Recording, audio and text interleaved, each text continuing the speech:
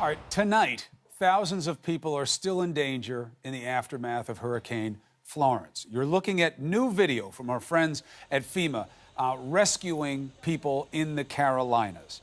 You will see, once again, we see the best of us out in the dark dealing with the worst of us. The death toll was raised tonight to 41 in both of those states and Virginia. About 73,000 homes and businesses in North Carolina still without power.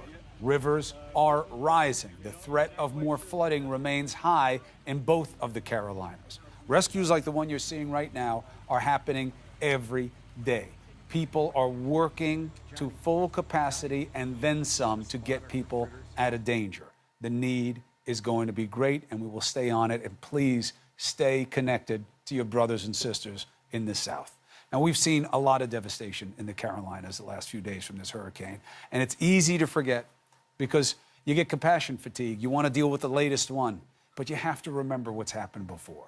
A year ago today, Hurricane Maria began tearing Puerto Rico apart. We lost nearly 3,000 of our fellow Americans. Renowned chef José Andrés went to Puerto Rico. He served more than 3.5 million free meals. He's the author of the new book, We Fed an Island, and he's been on the ground again as the tragedy of Florence unfolds. Chef, welcome to Prime Time. I'm happy to call you a friend, and your efforts make you someone special.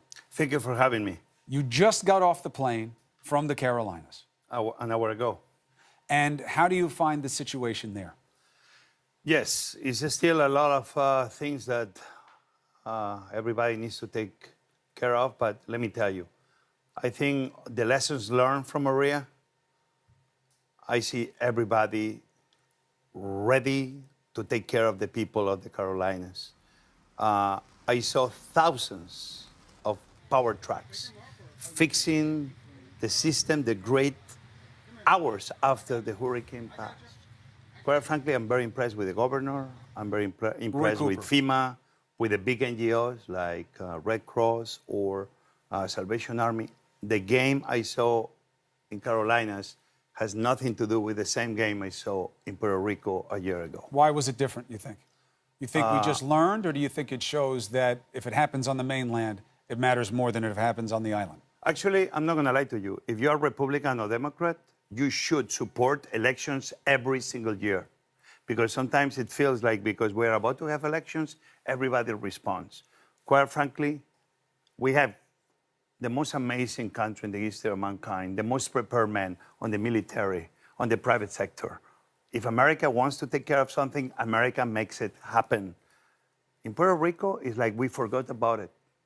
Even if the devastation was a Hurricane 4 and we were not prepared, I don't blame anybody for not being prepared. What I can be asking is why we didn't adapt, why we didn't react. In North Carolina, which is the area I've been for the last 7, 8 days, what I see is people ready to take care of Americans in need by the second. And this, quite frankly, I'm very happy to see. But unfortunately, this happened because 3,000 plus deaths in Puerto Rico. What we need to make sure is that we learn that lesson so this will never, ever happen again in America. You hear the president question that number of how many are dead. You hear the president say we did a great job. People say we did great in Puerto Rico. It's amazing what we did. How do you take that? I only take that as one thing. I think any leader, especially the president of the United States, 51% of leadership is empathy. Nobody is blaming you for the deaths personally. But if you're in charge, you're in charge. You need to praise others when they do a good job, but you should be taking the responsibility when things don't go as planned.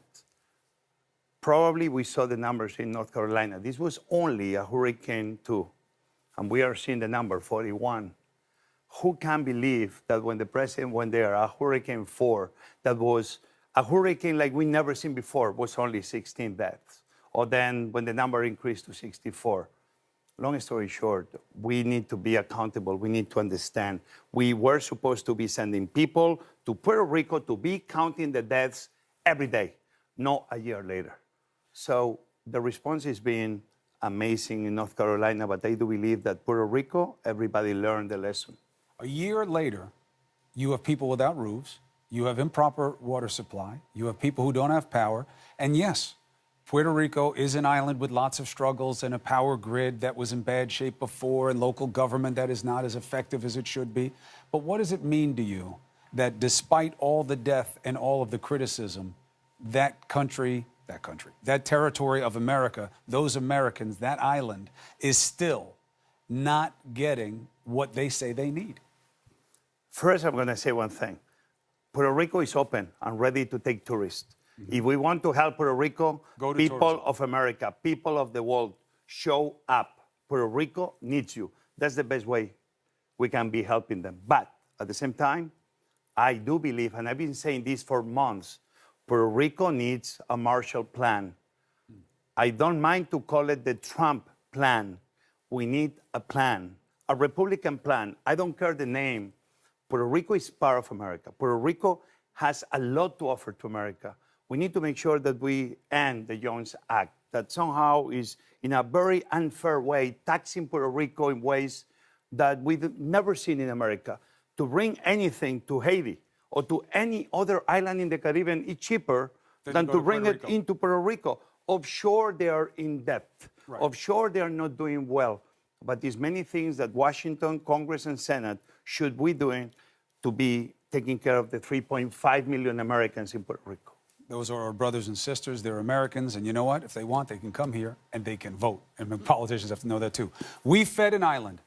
José Andrés, bestseller, New York Times. You didn't even have time to promote it. You were down there feeding people. You're still a bestseller. Thank you for what you do for the rest of us.